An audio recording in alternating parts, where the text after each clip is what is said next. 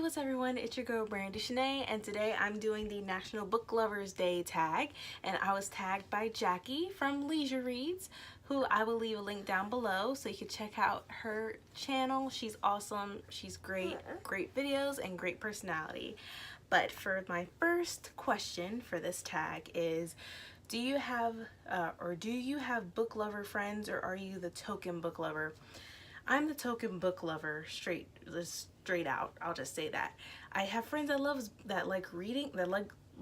reading, but not like me, who constantly reads every week. They're like pick up a book once in a while, but me, I'm like a diehard book lover, reader, buyer, everything. So I would say I'm the token book lover out of all my friends, because like my fiance, no, can't get him to read nothing. Can't get him to read like absolutely nothing. My friends, they'll read something, but that'll be it. They won't read until like maybe the next year, possibly, or maybe 2 years. Who knows? But yes, I am the token book lover. So the second question is, what is a book you think doesn't get enough love? I'm trying to think of a book that doesn't get enough love. I'm not sure, actually. From what I've read this year, for instance, like Monday's Not Coming by Tiffany D. Jackson. I haven't heard a lot of people talk about that book. It came out, I think, in May or June, but I think it was May. And I haven't really heard any reviews about it, or seen a lot of booktubers read it or anything. So I feel like that book hasn't gotten any type of love. And that is about one girl who lost her friend Monday, and no one seems to care where she is. Everybody thinks, oh, she must be at home, she's skipping school or whatever, and her friend was like, no, something is wrong, this is not like her. So I don't want to say too much about the book, but yes, I feel like Monday's Not Coming, which is by Tiffany D. Jackson, you should check it out. That does not have a lot of love. It hasn't been shown a lot of love, and I'm giving it love right now. So yes, that book, Monday's Not Coming. The third question is, what book do you think everyone should read? Okay, definitely everyone should read The Hate You Give by Angie Thomas, because you know what? The movie's gonna be coming out. You should go check out the trailer, or you know, pretty much, or I will leave the link down below for the trailer so you can see what I'm talking about. But yes, you should definitely read it. I'm in love with that book. I still am. I just read it this year. It came out last year, and I love it. I'm going to meet Angie Thomas in September, which I'm excited, because like, she seems like an awesome person. From her interviews and all that, she seems amazing. And The Hate You Give is a great premise of what's been happening in America when it comes to police brutality, and the book is also inspired by the Black Lives Matter movement. So I definitely would love everyone to read it, because it gives you it lets you know from a person from color, a black person's perspective of how it is, like how we feel when we get pulled over by a police officer. We just don't know, and we're scared. And you know, with me, when I'm scared sometimes myself when I have my kids with me, because I don't know. I'm not saying all cops, you know, all police officers are bad, but it's just, I get scared because I don't know who I'm going to get. I don't know what their mentality is, how they're going to come off. I don't know. So for me, I think it's a book that everyone should read, just for the, you know, just to get a glimpse of what it, you know, of the background and everything of how, as person, like as me of color, feels when it comes to being pulled over, being harassed, you know, it's just a lot. And then I have a black African-American son, so I'm also worried about his future. It's just stuff like that. So that's a must read, and everyone should read it. The fourth question is, do you like standalone novels or series more? Right now I'm on my series kick. I recently just finished the Lunar Chronicles by Marissa Myers. Excuse me. By Marissa Meyer, and I love the Lunar Chronicles. I'm starting to love the series more, because I'm getting a better like concept of world building and being able to fall in love with these characters, like really fall in love. Like my favorite character from the Lunar Chronicles was Cinder, like completely.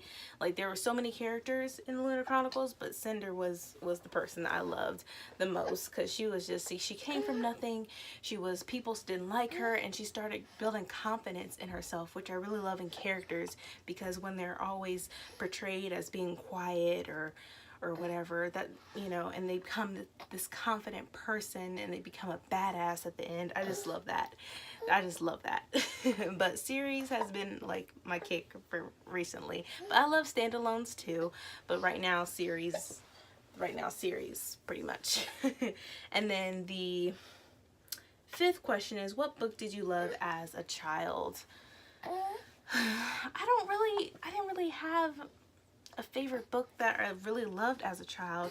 I mean, I guess I loved, this might be funny, I love Winnie the Pooh. I know that sounds crazy, but as a child, like a small child, like Winnie the Pooh was my stuff back then. My favorite character was Piglet. He was just so cute, and he still is my favorite character out of from Winnie the Pooh. So, but then you also got Tigger, T-I-G-G-R. He was also one of my favorites. So I mean, Winnie the Pooh was definitely my book that I read as a child that I really loved, and I still love today. So yeah. The sixth question is, what book could you read 100 times? I could probably read all of Twilight all over again, all the Twilight Saga, read all of those books, because it came out when I was in high school, and of course in high school you always dreamed of always having a high school sweetheart, which I did get. I'm lucky, but I could read that 100 times, like read all those books 100 times, because it just puts a smile on my face. Like, oh my gosh, there is hope in the world, that there are men out there who is charming just as Edward is, and all that good stuff. But yeah, I could read Twilight all like 100 times. All the books actually 100 times if I really wanted to. But I don't have the time. But the seventh question is, you okay, buddy? But the seventh question is, a book you love and don't currently own. I own all my books that I love. I'm an impulsive book buyer. And so all my favorite books, I make sure that I have a copy of. So I can't really answer this question, because I own all the books that I love. Because once I read the book and I loved it, like if I got it from the library or something, or somebody let me borrow their book, that same day I will go buy that book and I'll put it on my shelf. I might even read it again just because. So I currently own all my books. So, sorry. But the eighth question is, who is your biggest book crush? Okay, let me just go back to that one question where I talked about Twilight. If I had to do this video like when I was in high school, my crush would be Edward Cullen. I just loved him. He was, even in the movies, he was like, oh my gosh, no. He just was just so, had such manners and such a gentleman. I just loved it. But today, now that I've been reading a lot of series and stuff like that, I'm currently reading A Torch Against the Night, which is by Sabaa Tahir, which is from the Ember and the Ashes series. I'm currently in love with Elias. Elias is just, I don't know, he's just, I can tell he's caring and he wants to do right. And so Elias is definitely my crush. So if you haven't read those books, which you should go check them out. The first book is The Ember and the Ashes. The second book is A Torch Against the Night. And the third book that just came out in June, I believe, is The Reaper at the Gates. So yeah, I definitely really like love the book, like A Torch Against the Night. I'm currently reading. I'm buddy reading it with everyone, with a few people. So I am enjoying it, and I'm learning by it I'm reading it real fast, faster than I thought I would. So yeah, so Elias is my book crush. And so I'm going to go ahead and tag another small booktuber. I feel like you know, I have to give love to the small booktubers because I'm a small booktuber myself, and I feel like we should all support each other. And you know, just being small booktubers, we should also we should support everyone in the booktube world. We should all just support each other because we all love books. We all, you know, we all have one goal. So we all have one thing in common. So we might as well support one another. But I have one YouTuber, booktuber, that I really enjoy, and I really have grown in love with her videos and also her personality and just having conversations with her. That would be Megan Westbrook.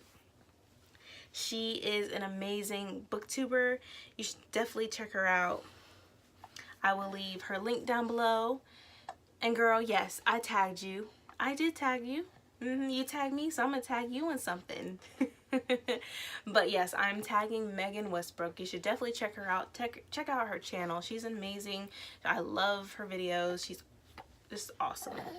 So I'll leave a link of her channel down below as well.